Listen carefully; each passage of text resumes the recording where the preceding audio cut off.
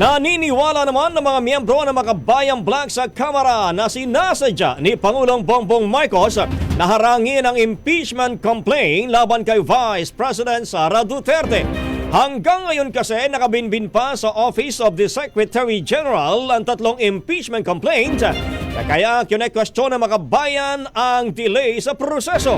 Giit ni na Representatives Franz Castro, Arlene Brosas at Raul Manuel, ngayon lang nila nakita sa Kamara na mahigit isang buwan nang nakabinbin ang verified complaint sa opisina ni Secretary General Reginald Velasco.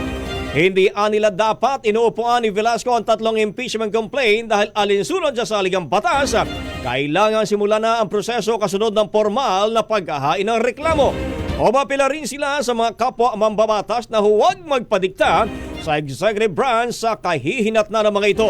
Dagdag pa ng grupo ni Castro tila may kinalaman sa sariling confidential funds ni Pangulong Marcos ang pahayag na kapos na sa oras ang impeachment dahil magiging hadlang ito sa accountability at corruption issues. Ang bahaging ito ay hatid sa atin ng Drive Max Coffee. Ligayang tuloy-tuloy.